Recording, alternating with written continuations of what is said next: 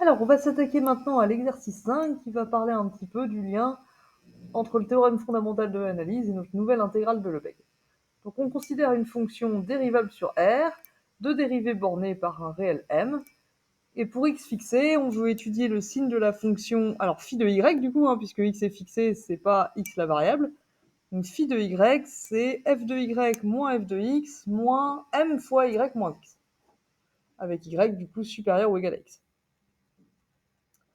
Et il faut qu'on étudie le signe de cette fonction. Ok, alors, qu'est-ce qu'on peut en dire de la fonction phi? Bah, la fonction phi, dedans, il y a f de y, qui est dérivable, on a dit. F de x, c'est une constante, puisque x, il est fixé. Et m fois y moins x, c'est une fonction affine par rapport à y, du coup dérivable, également. Donc phi, c'est dérivable. Et c'est pas la mer à boire de calculer sa dérivée. Pour tout y plus grand que x, donc pour tout y dans x plus l'infini, son intervalle de définition, phi' de y, c'est f' de y moins m. Et d'un autre côté,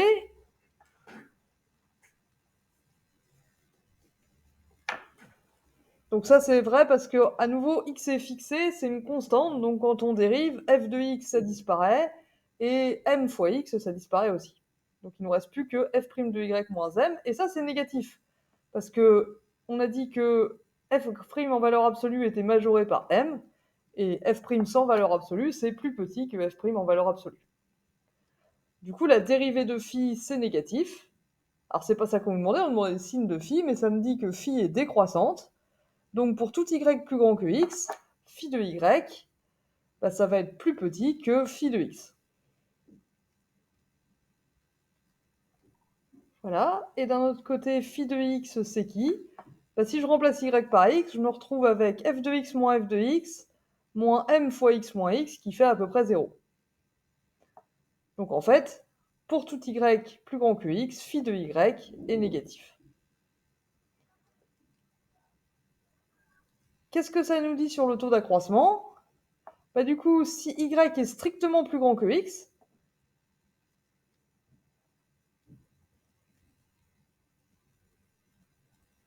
donc en termes de taux d'accroissement, qu'est-ce que ça nous dit ça?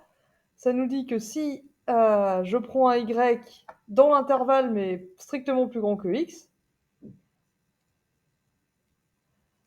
du coup,